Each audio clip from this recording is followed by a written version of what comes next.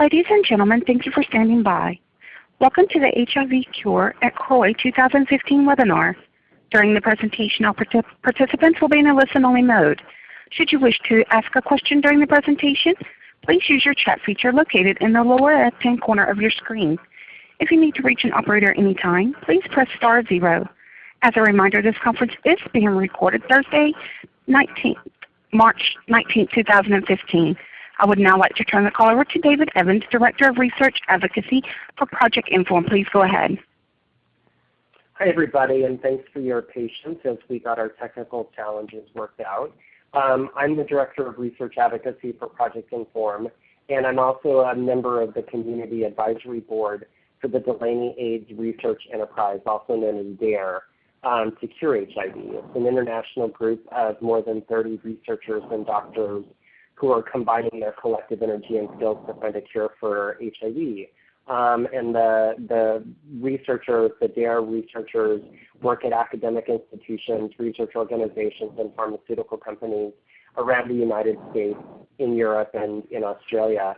And DARE's primary focus is on the immunologic mechanisms of HIV persistence and the design and testing of strategies to eliminate or reduce the reservoir by addressing those mechanisms. And the DARE Community Advisory Board has 8 members. We're located in the U.S., Germany, and Australia, and we participate in these cure projects and at the DARE Steering Committee. And speaking today, I have 2 of our head researchers. Steve Deeks is one of the principal investigators of the DARE Collaboratory, and he's been engaged in HIV research and clinical care since 1993. And he goes way back to the earliest days of, at the time we were calling it cure research, but it's HIV pathogenesis and immune pathogenesis. He is a professor of medicine at UCSF and is also co-chair of the Towards an HIV Cure International Working Group. And then Professor Sharon Lewin is the inaugural director of the Doherty Institute for Infection and Immunity, which is a joint venture between the University of Melbourne and the Melbourne Health Royal Melbourne Hospital. She's an infectious diseases physician and basic scientist. She's also an adjunct professor with the Department of Infectious Disease at Monash University and Alfred Hospital, and with the Department of Microbiology and Immunology at the University of Melbourne. Her main area of focus is HIV strategies for an HIV cure. Her lab investigates the mechanisms of CD4 T-cell reconstruction, the role of dendritic cells, and CD4 T-cells in long-term HIV persistence and latency. So I'm going to turn it over to Steve to get us started. And as we mentioned, chat is the way you'll be asking your questions. We're going to do our best to get through them all. I'm going to watch the questions and at certain points interrupt Steve or Sharon to ask them on your behalf. If there are any that we don't get to, don't despair. We're going to capture all the questions, and I will be getting back to you in email as a group with the answers to those questions. So, Steve. David, thanks. Okay, guys. So we have about 50 minutes or so to cover some of the greatest hits from the CROI conference. I'm going to talk about, I'm going to do the first 10 or 15 slides and then hand it over to Sharon, who will finish the presentation. So in terms of our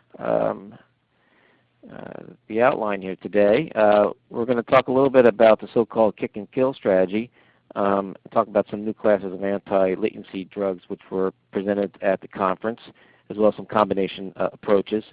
A little bit about transplantation, an update on the so-called post-treatment controllers in the Visconti cohort, and then get highly molecular. And in fact, actually, I'm looking forward to this last section myself that Sharon will cover, because there's a lot of stuff about the so-called leaky latent reservoir at the conference and what it means. And to be honest, I didn't actually understand much of that. So I'm looking forward to that part of the presentation, which Sharon will cover. So with regard to shock and kill, kick and kill, I'm sure everybody on the phone is familiar with the concept.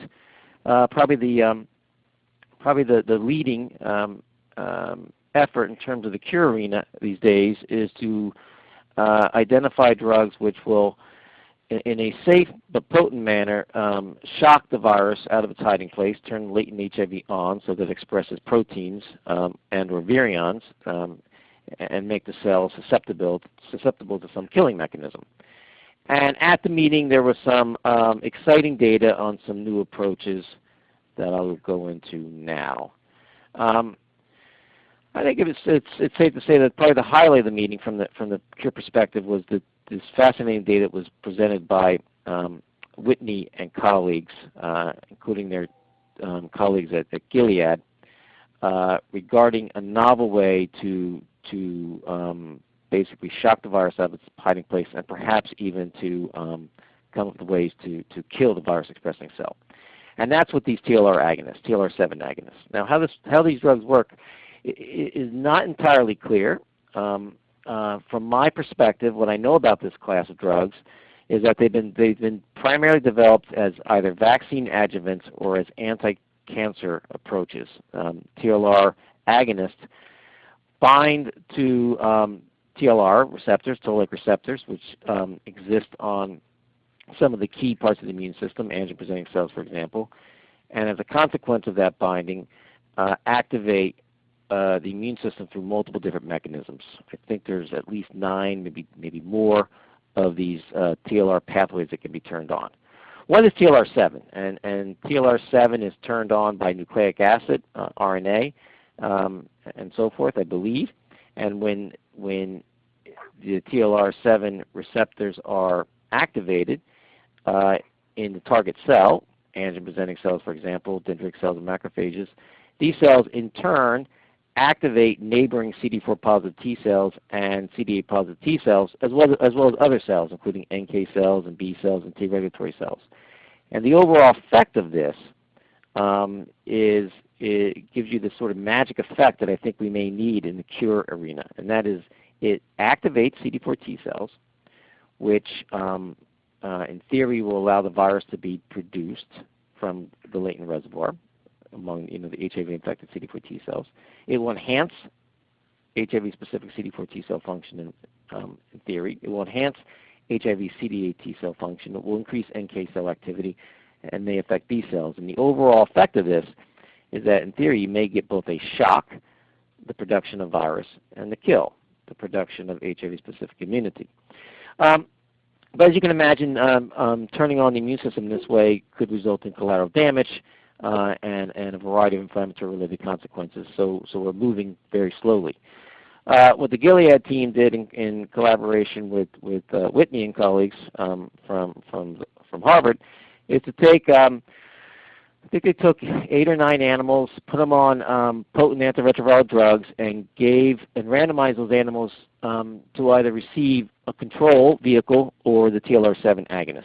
And what is seen in this first slide here is that, and they started off at a low dose, 0.1 milligrams per kilogram, the first dose, and then 2 weeks later, dose escalated to 0.2, and then 2 weeks later, dose escalated to 0.3, and then gave 4 or 5 of those doses at the higher level. So each of these animals got several doses of this agonist. As you can see here, as expected, as a consequence of this approach, CD8 T cells were activated and actually got rather potent activation of CD T cells, which was clearly related to the timing of the dose. You gave a dose with the red arrow, and the amount of activated CD8 T cells in blood went up. The effect on CD4 T cells, which I think might be the target with this approach, is shown in the following slide. And here we see clear evidence again that CD4 T cells are being activated by this approach, although not nearly as in not nearly the potent manner as we saw with the CD8 T cells. But the next slide is the key one, and these data are exciting and certainly I think from my perspective one of the highlights of the meeting. And what you see here is the amount of virus being produced. So this is actually, the measurement here is the amount of SIV RNA in plasma, which reflects, in theory, the production of real virions, which in theory actually means that the cells that are being activated are being activated in such a way that the immune system should be able to clear it or recognize it, if not necessarily get rid of it. And what we see here is that after the first few doses, low doses, not much happened. But after the fourth dose, you saw a couple animals blipped from being undetectable up to about, I don't know, less than 100 copies per ml, a real blip. And then this really robust effect at the fourth, fifth, at the last 3 doses, in which the amount of virus in plasma shot up routinely and consistently. Turned it on, turned it off, and went up to about 1,000 copies of RNA per ml, which is a ton of virus production, far more than we've seen with any of these latency reactivating agents in the past.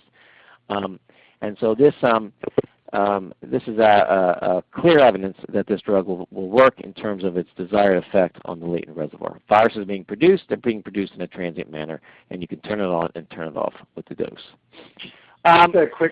Just a quick clarification, Steve. Sure. Ramas was on the line, and he was just saying that it wasn't the GS9620 that was used, but a very close analog, just more specifically. Right. No, good point, David. And we'll let Ramas comment on what happens with GS9620 if he wants to. This particular drug is actually in clinical trials in humans now. But what was done in monkeys is basically the same. And so we expect to see the same kind of thing hopefully in humans. Now, last point on this particular story. This slide here shows what happened with all the animals. And again, there was 8 or so of these animals. 4 got treated and 4 did not. All were put on antiretroviral drugs, and so that rapid decline in virus load that you see on the left is what happens when the antiretroviral drugs were administered to these monkeys. And then they either underwent placebo, which was the red, or got the TLR7 agonist in blue. And again, you see these blips that I just showed. And then therapy was interrupted. And what you see on the far right is that in all the animals, the virus actually rebounded quite quickly. There was no clear evidence, I don't think, that the virus rebound was delayed as a consequence of the agonist. But clearly the set point that happened after the rebound was lower in the treated animals versus that in the control animal. And in theory, this was either due to there being a lower reservoir or, in my opinion, just an opinion, more likely that the TLR7 agonists had enhanced SIV-specific T-cell responses and were controlling the virus better in the post-treatment interruption period. The Gilead is actually working with 3 other clinical centers and a phase 1 study of 24 individuals getting hopefully therapeutic levels of this drug, I think administered once. That study is either ongoing or completely enrolled, and I'm sure we'll hear about that in the future. In a different approach, this is an approach actually that Sharon Lewin and I and Julian Elliott spearheaded. The effect, not nearly as potent, but perhaps it will point to a different way of actually doing latency reversing, and that's with disulfiram. So this next study, which I think represents the largest clinical trial done to date of a latency reactivating drug in the context of treated HIV disease, what we did here is that we took pilot data that had been done before that showed that disulfiram, Antabuse, a drug to treat alcoholism, which has been around for 6 decades. Bob Silugano's group had shown previously that this particular drug has a mild but consistent effect in reversing latency in vitro, and we did a pilot study a couple of years ago showing promising results. And what the DARE Collaboratory did in collaboration with AMPAR was perform the following study. We took 30 HIV-infected individuals on antiretroviral drugs who were basically doing well, but not drinking, because mixing alcohol with disulfiram is not a good thing to do. What we did is we took 30 individuals. The first 10 got the standard dose of disulfiram, giving once a day for 3 days at standard doses, 500 milligrams once a day. And when we demonstrated that approach was safe, we escalated up to 1,000 milligrams once a day for 3 days. And then finally, we dose escalated up to 2,000 milligrams, again, once a day for 3 days. 30 patients in total. And the primary endpoint here was to see whether or not disulfiram could reverse latency as defined by the expression of HIV RNA within cells. And what's shown in this following slide is that The pharmacology of this drug is actually very complicated. It's not straightforward. There's a tremendous amount of variability. Not much is known about the drug. It was sort of grandfathered in long before the FDA got very rigorous in terms of how drugs are developed. So there's not much known in terms of its pharmacology. And what is shown here is that at the low dose, medium dose, and high dose, you get increasing exposure to disulfiram as well as its metabolites.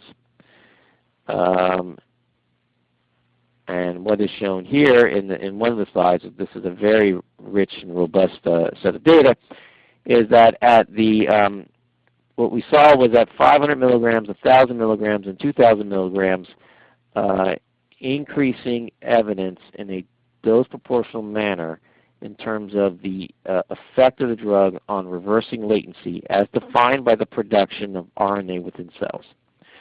And we saw in a very interesting observation, which has been seen in other studies of this kind, that the effect did not go away after we stopped dosing. And in fact, it appeared to actually increase in the post-dosing period. That is, that when we stopped the disulfiram after 3 days, the amount of RNA, the amount of latency reversal, actually was stable if it didn't, it may have even increased over a period of a few weeks in the absence of disulfiram.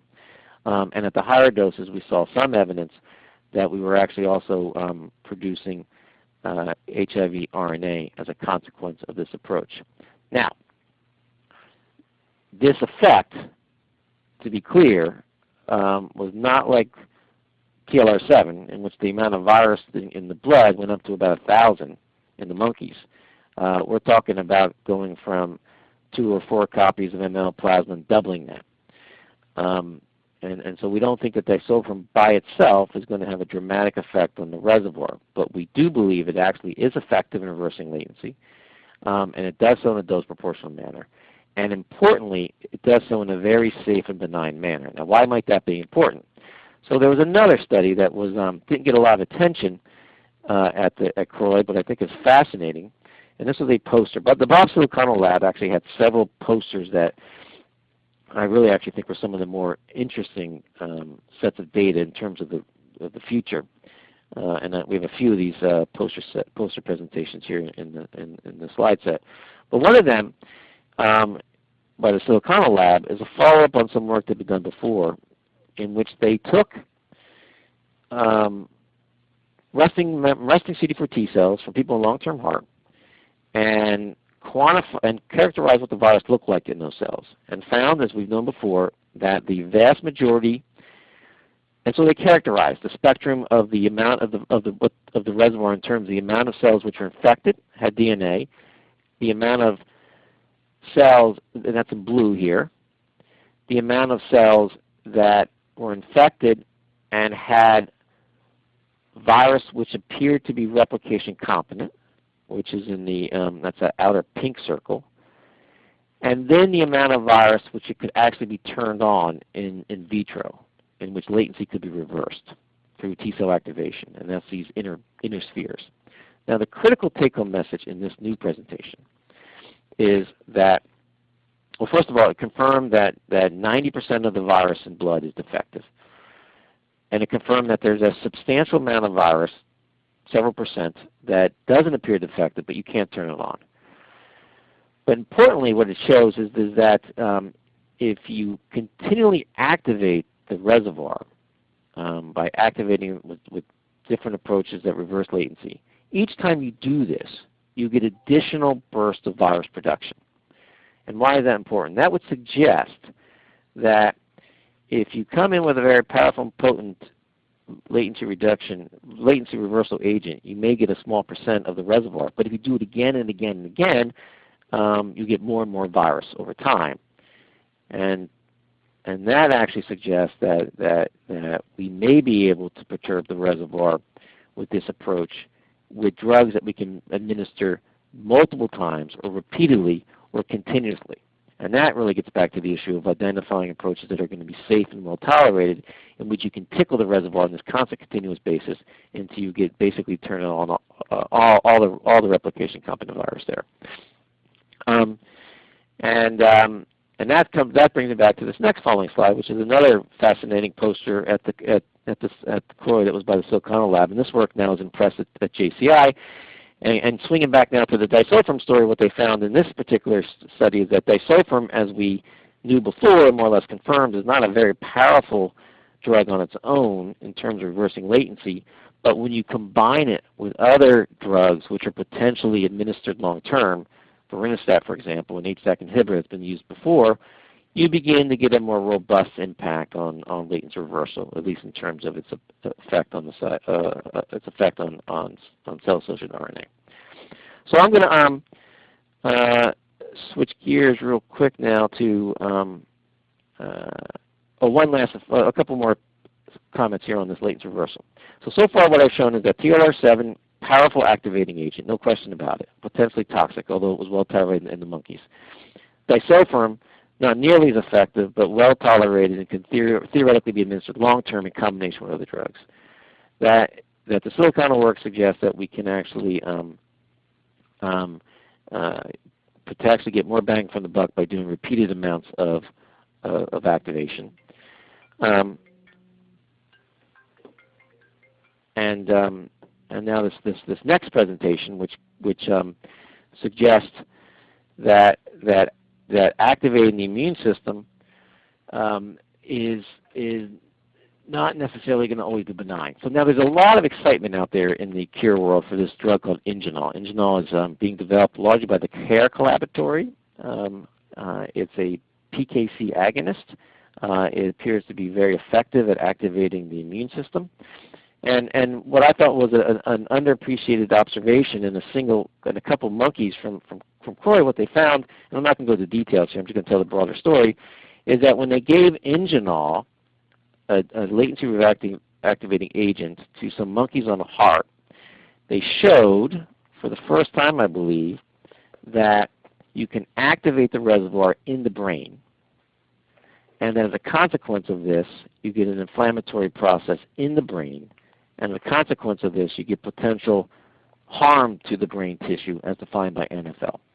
So this brings up the issue I've been coming back to over and over again, that activating the immune system and turning on virus, which we think is critical to shock and kill, may not necessarily be benign and can result in pathology. And here the pathology may be in the brain. And that actually leads to this next presentation. Again, another fascinating poster by the Silicano group. And what they asked, and the data here are kind of complicated, but just stick with me and get the big picture. What they asked in this particular story is whether or not we can activate the immune system at the same time we calm the immune system. Okay? So the idea here is to find a way to activate T cells so that you turn on virus production, but to do it in the context of an immune-modifying agent that blunts some of this inflammatory disasters that could occur, including the type of pathology that was seen in the brains in the previous monkey. And so what they asked is they said, let's take, this is again in vitro, and they shocked cells with through TCR, got lots of virus being produced, and then they combined it with rapamycin, sirolimus, an mTOR inhibitor that's being developed now in the ACTG as part of a cure regimen. And they found that if you actually combine an activating agent with rapamycin, you don't get any downsides in terms of latency reactivating, but you blunt some of the immunologic consequences. In contrast, if you use another approach with cyclosporin, you can blunt some of these inflammatory consequences, but you prevent the virus from being activated. So what the Silicano group is trying to do here is to come up with combinations which allow one to activate the reservoir, reverse latency, make virus, but to do it in the context of an immunologic environment that's been modified to prevent some of the broad inflammatory consequences, which I think is an exciting idea. I'm going to present one more slide and then turn it over to David and Sharon to finish. And this last last study was presented by some close colleagues of ours within the DARE community, and Mirko and his team and Emory. And what they've done is they've been trying to modify the immune system in a way to blunt some of this chronic inflammation I've been talking about, directly and see what impact it has on the reservoir. And in a fascinating story, what they did is they actually took this drug, IL-21, which is actually being used in the cancer arena and developed by BMS. What IL-21 does is it's a cytokine that will actually enhance Th17 cells in the gut. And what this does is repairs the broken down leaky gut that we've heard about in the past. And what this does is that it reduces the amount of bacterial products within the gut. And what that in theory does is it actually fixes some of the chronic immune dysfunction that occurs in these tissues, which in theory could have a positive effect on the reservoir. And what they did is they took 16 monkeys, put them on monkey heart, randomized them to get IL-21 under control, and showed that as a consequence of IL-21, you got this dramatic reduction in the frequency of activated proliferating cells, as expected, within the gut. And as a consequence of reduction in the inflammatory environment, and specifically perhaps reduction in these cells which are proliferating, and perhaps also as a consequence of enhancing SIV-specific T cell function within the tissue, there was a dramatic, profound reduction in the amount of SIV DNA within those cells. And this, this sort of ties back to a broader concept that we've been working on in DARE, which is the idea that the inflammatory process that exists during long-term therapy contributes to the reservoir by enhancing proliferation, enhancing T cell activation, enhancing virus spread, and blunting the capacity of the immune system to work. And by modifying that at its root cause, as Mirko did in this study, might in fact result in a sustained effect on the reservoir. So David, those are my slides. I hope I didn't go too fast. Should we just turn it over to Sharon, or should I answer some questions that have come through? Why don't, so we've got a couple questions, or a question and a comment, and I'll see if anybody else has questions for you, Steve, before we move on to Sharon. But one of the questions that came in was, the question is, altering the TLR mechanism makes me nervous. Can you elaborate on possible toxic effects of perturbing this pathway? Great question. Basically, the major concern here would be something along the lines of cytokine storm. Broad, non-specific activation of the immune system will result in the release of a lot of cytokines, interleukin-6 and so forth, which can have which can result in what's called a sepsis-like syndrome. We've seen this in previous studies of immune-stimulating drugs, that if you do this in a way that's not well controlled, the amount of inflammation is so great that you end up with high fevers, your blood pressure drops, your lungs fill up with fluids, and most of your organs begin to stop functioning, and obviously that leads to a very bad outcome. So that is the fear with some of these approaches. Now, the doses that are going to be used in the clinical trials are much lower than one might expect that would lead to this, and there has been some experience with these TLR agonists in the past. But it's a continuum, right? Okay, maybe you don't get sepsis, but you're going to get some inflammatory stuff, fevers and flu-like symptoms that are not going to be much fun, and trying to dial up and down the dose to figure out how to activate the reservoir without causing harm is going to be tricky. Could I just jump in there, Steve, for a minute? Sure. Just on that particular compound, the TLR7 agonist. Interestingly, that was initially developed for management of chronic Hep B, and in fact, a study just has been completed, and I believe about to be published, of this compound given to people with chronic Hep B on antiviral therapy. It's actually well tolerated. So the TLR7 agonist it was a small study, but it has actually been in people, and I believe well tolerated, as it was in these monkeys. So that's encouraging.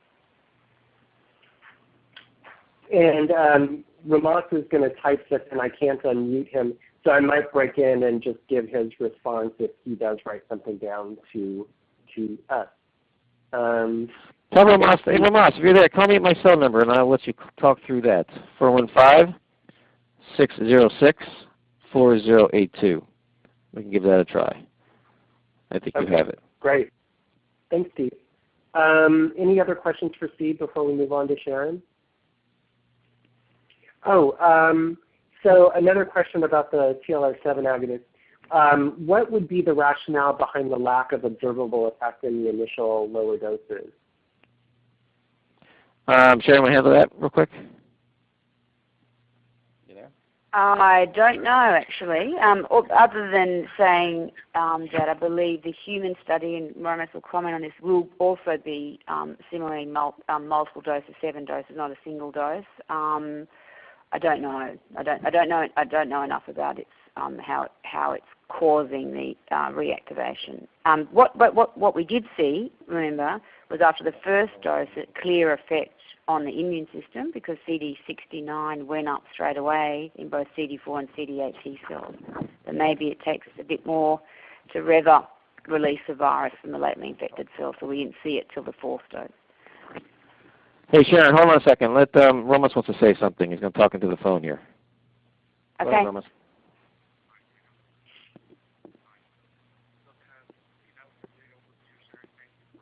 We can't hear him.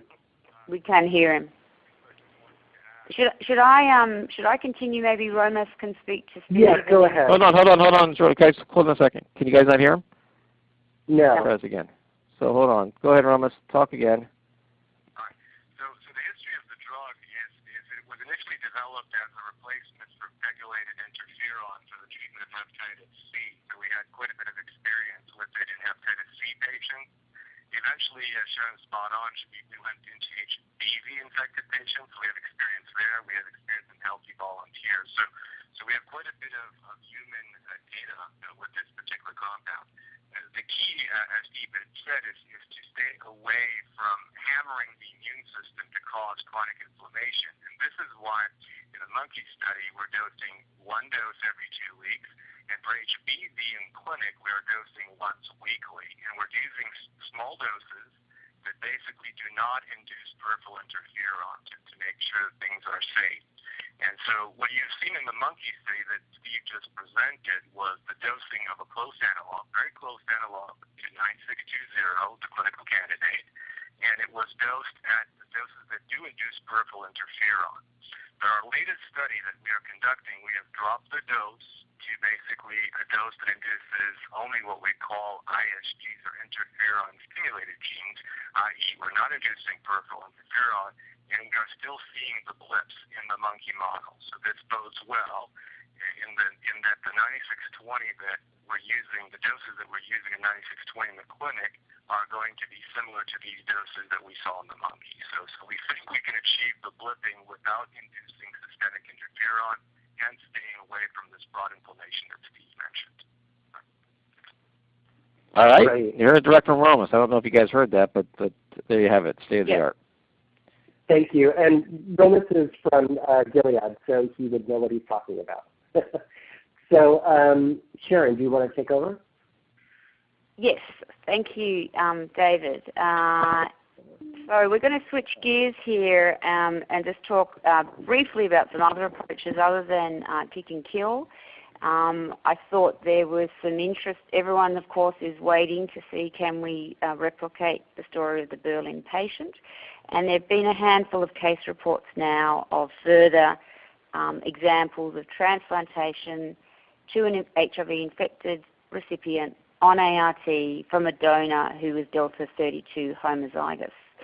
And to date, all of those case reports have not ended well, largely because of relapse of disease. And there is some belief within the transplant world that potentially a Delta 32 homozygous donor doesn't engraft or function as well as a wild-type donor, which is possible. But there were 2 further case reports. One from a group in Essen. This was an interesting case, I thought, because the whole rationale of this working is that a person is infected with an R5 virus. And the Berlin patient, there was potential that he had some X4 variants prior to transplantation, but they actually functioned as R5 viruses, even though their sequence suggested they were X4. But in this German case, there was clearly some minor X4 variants prior to transplantation. The patient was only on ART for 9 months prior to transplantation, so probably still had residual viral replication. He needed to stop treatment briefly following transplantation for toxicities, and then bang, that X4 variant just emerged very, very rapidly. So it confirmed what we thought. If you're in an environment with CCR5 negative cells, there's a very strong selection pressure for X4 viruses off ART. So, and this individual did die from relapse disease. The second case was a bit more optimistic, came from Barcelona. The patient had a diffuse large B-cell lymphoma. The Berlin patient had acute myeloid leukemia, different disease. This patient achieved full chimerism, which means that when you measure in the periphery, you can determine how much is host cells, how much is donor cells. And by, I think, 3 months, or earlier 2 months, it was full chimerism, meaning the donor cells had taken over completely, or at least at the limits of the assays. There's always going to be a very few numbers of host cells there. This is why the virus persists. HIV DNA became negative by day 73, so all was looking good, similar to the Berlin patient. But unfortunately, this patient also died of relapsed lymphoma at day 90. So we're still waiting to see the success of the Berlin patient. Number of case reports now not able to demonstrate success, largely because of this problem of relapse disease. I thought there was the better animal models we have to replicate this is going to be very informative, and this was an example that came, I think, from the Seattle group, Hans-Peter Kim, of a nice monkey model using SHIV, which is a fusion of SIV and HIV, and a pigtail macaque having gene therapy. Knocking out the delta 32, knocking out inducing the mutation of delta 32 using gene therapy, but using hematopoietic stem cells, which is going to happen or happening in people. The gene therapy we've heard about so far has done it in T cells in the periphery. So this was doing it in the stem cells where it's going to be more effective. And they showed it worked. And most interestingly, they showed that when the monkeys stopped ART and allowed the virus to return, it was all CCR5 virus, and basically it led to an expansion of the CCR5 negative cells, which is what you want these gene therapy to do, meaning remove the susceptible cells and allow survival of the resistant cells, which are CCR5 negative. I just can note that my battery's a bit low on my phone, so I hope I'm not going to drop out. If I do, I'll call back. So I'm just warning you ahead here. There was another very nice update on the post-treatment controllers. Everyone knows about them, the Visconti patients, 17 patients treated in early therapy, not super early, just within 6 months of infection, who have been off treatment now for, I think, close to 10 years and have had no rebound after stopping therapy. In the Visconti patients, they have clear detectable virus, but all less than 50 copies per mil. And people have been a bit skeptical about this cohort because very few of us have seen similar patients elsewhere, though they do exist. And so far there hasn't been an explanation for what is leading to this post-treatment control. The standard things that we think are good or that work, that we know are good in elite controllers, are usually around the adaptive immune system or HIV-specific T cells being robust in elite controllers, but they didn't look to be any different in the post-treatment controllers. And this is a very nice presentation showing that the secret might be in natural killer cells, which I think are getting a lot more attention in a whole lot of different contexts. In prophylactic vaccines and even in cure as well. And they looked at a range of NK, natural killer cell markers, and showed that in the post-treatment controllers compared to elite controllers and chronic treated patients, these individuals had very good and robust NK cell antiviral activity, which might be an explanation for their success. We're going to move a bit more into in a bit more depth around the reservoir. It's much, much further from the clinic, but I think I've just highlighted a few concepts that I think are going to help understand the reservoir better. And the first is around this issue of integration sites and expanded clones, and these are words that I think we will all hear more about as a means of virus persistence. We conventionally, or to date, have always thought about latency. The virus gets into these latently infected cells. The cells have a very long half-life, and you're stuck with the virus as it integrated and entered a resting T cell. But several years ago, we learnt, largely from Nicolas Chaumont and Rafik Sekeli, that these latent infected cells don't just sit there doing nothing. There's drivers for them to proliferate. And another way of them persisting for so long is they have the capacity to undergo what we call homeostatic proliferation, meaning ongoing proliferation. And this was confirmed very nicely last year by a number of groups, and Steve Hughes, who was the senior author on one of these science papers, gave the plenary talk at CROI on the first day on where we are with understanding this concept of integration sites and expanded clones. So what do I mean by that? Well, if you take latently infected cells from people and you look at where the virus integrates, we've always thought and shown that in replicating virus, the virus just integrates anywhere. There's no selection. But if you look in latency, the virus integrates in certain places which it likes. And what this pie diagram shows you is that, and it came from these published papers that were out last year, was that most of the virus, you just find one-off integration sites. And that's the big part of the pie chart in grey, where you have a single integration site. But there are some sites that are more commonly presented. That's what is meant by expanded clones. You see the identical integration site more than once, or in blue, fewer than 7 times.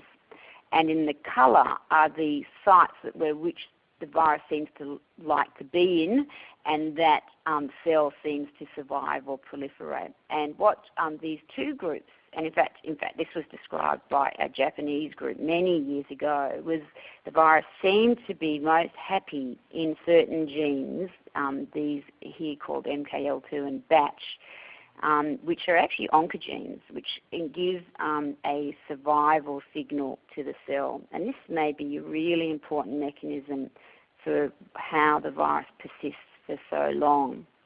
And what Hughes went on to show was this, which looks complicated, but I think tells the point very clearly. So this is a gene that we're looking at, and the arrows above it in blue and orange pointing different ways shows how the virus integrates when you just infect cells and allow the virus to divide. Basically the virus integrates anywhere, it faces forward, it faces backwards, and it just hops in wherever it can.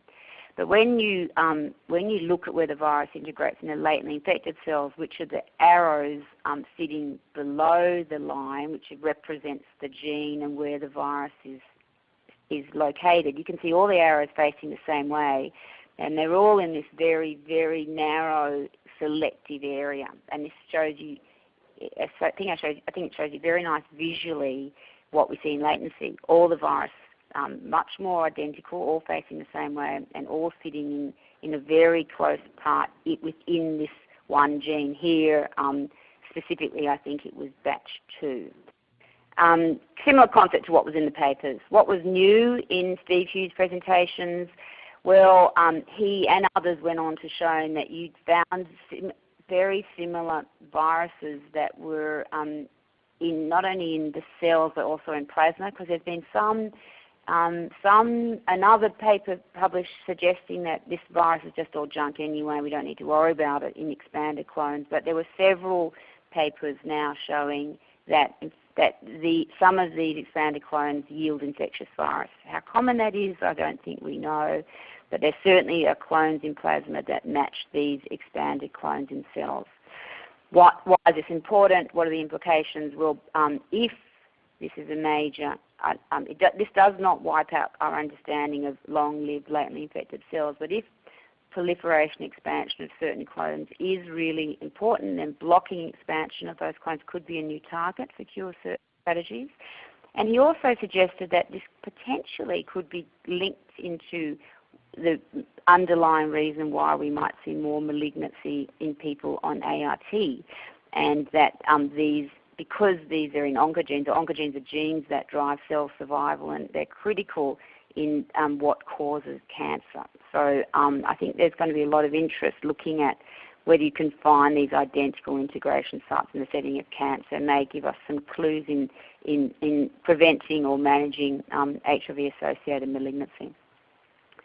The other big key question that many of us are desperate to understand is where virus comes from when you stop ART, predicting when it's going to appear. And like Mississippi Baby, it took 2.5 years. Why? Boston patients took 2 to 4 months. Why? Most people 2 to 3 weeks. Why? So can we find markers that predict rebound? And more importantly, where is that virus coming from? And this is shown nicely in this schematic from Jonathan Lee. So when you stop antiretroviral therapy in black, your virus rebounds straight away and then reaches a set point. And as you saw with the TLR7 agonist-treated monkeys, there was a reduction in set point. We tend to think of the immune system controlling set point. But what about time to viral rebound, which is shown in blue? What does that tell us? And Steve sort of alluded to this. We all think about it, that maybe time to viral rebound tells us how much residual virus was left at the time you stop ART. That's how we're thinking about it at the moment. So what are some of the things that predict time to viral rebound? And this study, again from Jonathan Lee from Harvard, that a very large group of patients came from multiple clinical trials from the ACTG that all underwent treatment interruption. And they're obviously all different study designs. And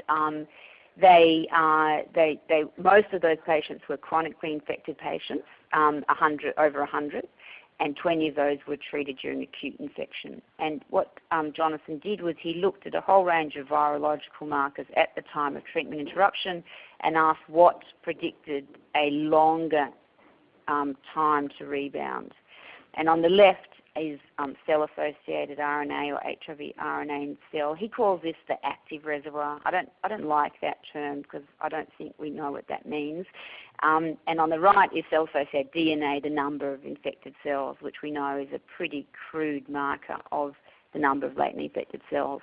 And then he looked at people who rebounded less than 4 weeks, up to 8 weeks or more than 8 weeks, and found that the amount of cells the less cell-associated RNA you had, the longer time to rebound. These sort of studies are really important in understanding the biology, but will be really important in designing future clinical trials as well. Now, Jonathan Frater from Oxford presented a similar sort of study, but his work revolved around Spartak, I think a clinical trial that many of you know, which was treatment during acute infection for 48 weeks, treatment for 12 weeks or no treatment, and then at 48 weeks patients stopped treatment and they looked to time to viral rebound. It was reported in the New England Journal of Medicine a couple of years ago. So he took the group of patients, and these are all patients treated during acute infection. He took the group that had 48 weeks of T and then looked at what predicted time to rebound. And on the left is stuff he's already published where he showed that DNA, at least in this group of patients treated during acute infection, predicted time to rebound. If you had a high viral DNA at the time of treatment interruption, you rebounded quicker, exactly what we'd expect, compared to if you had a low viral DNA. But I thought the really interesting stuff from his presentation was about the immune system and its relationship to time to viral rebound, not set point, but time to viral rebound. It's a complicated figure on the right, but he basically looked at the state of the immune system at the time of infection prior to ART. So this wasn't prior to treatment interruption, it was prior to starting ART. And he looked at how good a shape those T cells were in, and he looked at a range of what we call immune exhaustion markers. I'm sure PD-1 you would have heard of, but there are many others. Basically, T cell markers that show the CD8 T cells are exhausted, not doing their job. These are expressed on both CD4 and CD8. So here he's looking at PD-1 and other two lesser known ones, TIM3 and LAG3. And he basically showed that if you had exhausted T cells, CD4 or CD8, before you even went on ART and then stopped ART, if you had more exhausted T cells, the virus came back quicker. So it shows you that you still need a robust immune system to affect that time to rebound, and also that everything was all kind of locked in already before you even started your ART. So people that had very robust T cell responses before you started treatment were able to keep their virus under control.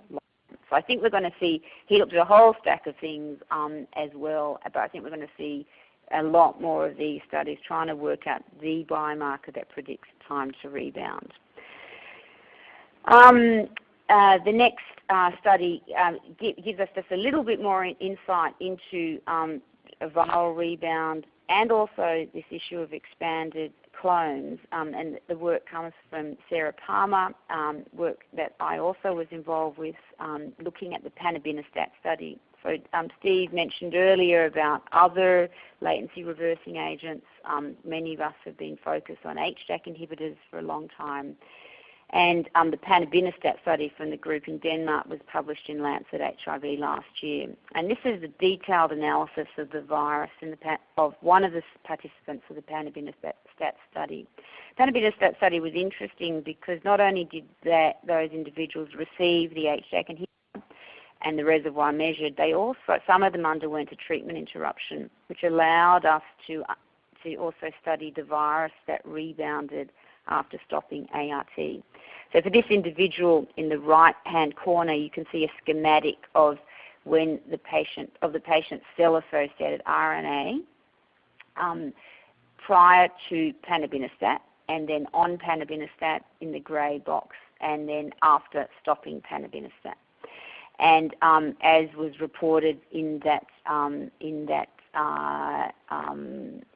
paper, you got significant increases in cell-associated RNA, not much change in plasma RNA, so very different to the TLR7 agonist monkeys.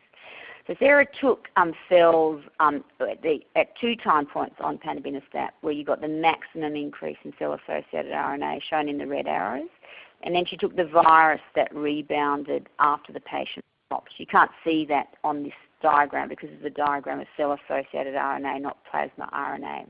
And then she did a stack of sequencing, and she sequenced the DNA in those cells, she sequenced the RNA in those cells, and she sequenced the plasma that rebounded.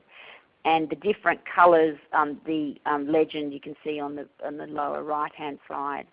And just focus for the moment in the blow-up of some of this phylogenetic tree. For those of you not familiar with the phylogenetic tree, they're basically all the different virus sequences laid out to show how they're related together. And if they're sitting on the same branch of a tree, it means they're identical.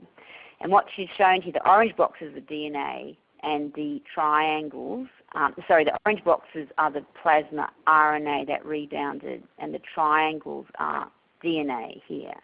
And you can see an identical match between the orange boxes and the green triangle because they're sitting on the same branch. That's a blow-up of this larger circle of sequences, showing you that the virus that was in the plasma came from one of these infected cells. But the other little schematic where you've got the purple, blue, and green triangles all show you DNA with expanded clones because you're seeing the DNA more than once. And again, that plasma virus was identical. So there was a whole lot of lessons from this very nice work, but it did give us an insight that rebound virus came from those cells, and more importantly, some of those cells were these expanded clones, so they're able to release infectious virus.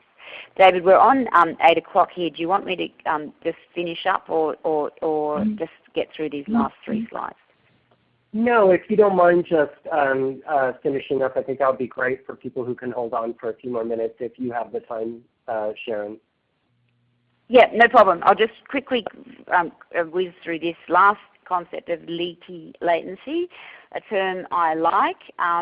There was a whole oral poster session on this, and this is really just about understanding all of these assays that have come up throughout the presentation and what they mean. And more importantly, when we talk about latency, virus going into hiding and being silent, I think what we now know is it's not completely silent. You can still see evidence, not of the virus replicating, but of the virus being expressed. And at least that is, we can measure that in cell-associated RNA. And I think the deeper we look, the more we are going to understand that there probably are multiple factors that are allowing us to see the virus expression, not replicating, but expression of virus even on treatment. And maybe we can take advantage of this understanding to develop new approaches to eliminating latency. So one external factor that may affect how much virus is expressed or how leaky or how much transcription happens is vaccination. And this is work that came from Christine Yeck with J.D. Smith at UCSD. And they looked at cell-associated RNA in patients on ART who received a whole stack of vaccines and placebo. Small study, 13 in each arm, but a placebo-controlled study. And they measured cell-associated RNA after each vaccine. And you can see these individuals received flu, pneumococcal, Hep B, a whole range of vaccines. And what they observed, and this is, I think, reminiscent for many of us, that in pre-ART, many of us were well aware that if you vaccinated people when they were off treatment, they got a blip or rebound in their virus. And I think what this work shows is, well, in the vaccine group, there was more cell-associated RNA after, especially the first 2 vaccines, than in the placebo group. And on the right, on the bottom right, is the cell-associated RNA slowly inching up after each vaccine. And on the left, the effect and the comparison between the vaccine and placebo group. The effect is modest.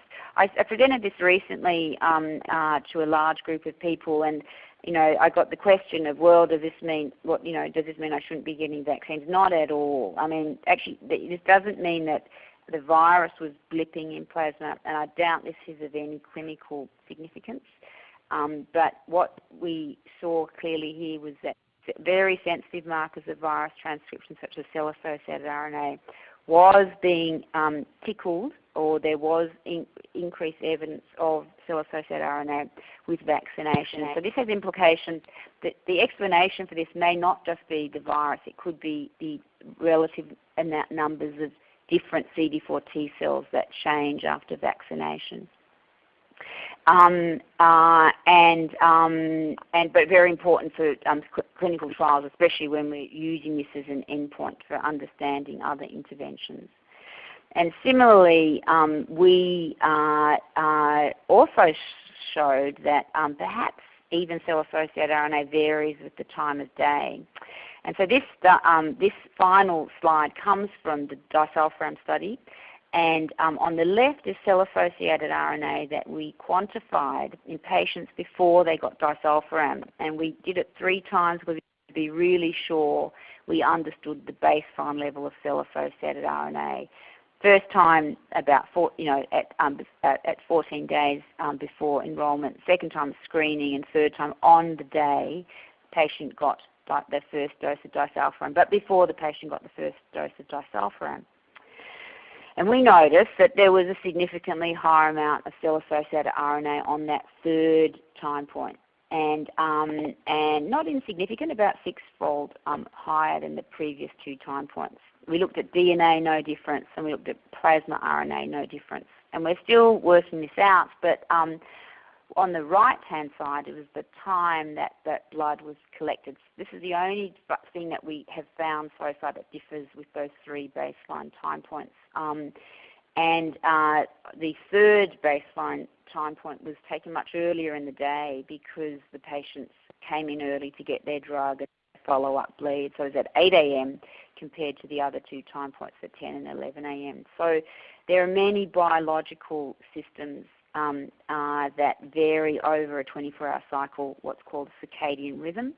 Many genes alter expression in a regular format over a 24-hour cycle. CD4 T cells change over a 24-hour cycle, and our current hypothesis is that transcription, cell-associated RNA may also undergo this variation over a 24-hour cycle. Why is that important? Important for how we design the studies, but important because there's a whole lot of genes that control these circadian rhythms, and maybe if we understood those better, we can find new ways to modify HIV transcription in the setting of latency. Just finally, I wanted to bring all of your attention to an excellent initiative that's been led by the CARE co-laboratory and Karine Dubé, who I know is on the call, and AVAC, also in partnership with the DARE CAB and Defeat HIV CAB, in developing what they've called a curriculum, which was launched at CROI, which is a really fabulous resource of slides and educational materials and a whole stack of areas which are in the table of contents. The blue topics are ones that the curriculum have already been developed, and the black ones in black font are being developed. And actually this is being launched at a webinar next week at exactly the same time, where David Margolis and I are going to be discussing the shock and kill and latency reversing agents module. But I think this is a really great resource, not just for the community, but many scientists and clinicians that are keen to know more about HIV cure. Thanks very much, David. Thanks, Sharon, and thanks, Steve, if you're still on the line. And if any of you have any questions that you would like to ask Sharon and Steve, please contact me by email at devans@projectinform.org, and I will make sure that they get the questions. So thanks very much. Thank you.